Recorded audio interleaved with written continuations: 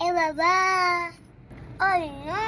অনেকে মনে করে চুল কাটলে চুল বাড়তে দেরি হয়, এটা সম্পূর্ণ ভুল একটা থিওরি।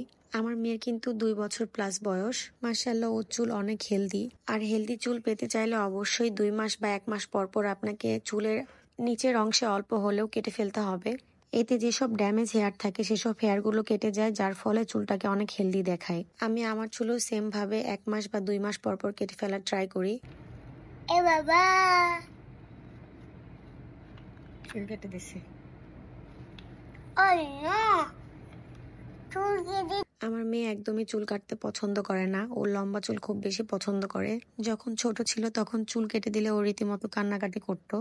এখন আমি আপনাদের ওর ফুল হেয়ারটা দেখিয়ে দিচ্ছি।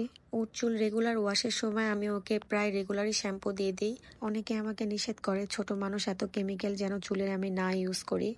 কিন্তু রেগুলার শ্যাম্পু ইউজ না করলে আমার কাছে চুলগুলো স্টিকি লাগে অনেক, যার জন্যই আমি রেগুলার শ্যাম্পু ওয়াশ করতে পছন্দ করি। আপনারা অনেকে এরকম ছোট ছোট টিপস চান, যার জন্য শেয়ার করা। ধন্যবাদ, সবাই ভালো থাকবেন। আল্লাহ হাফেজ, আসসালামু আলাইকুম।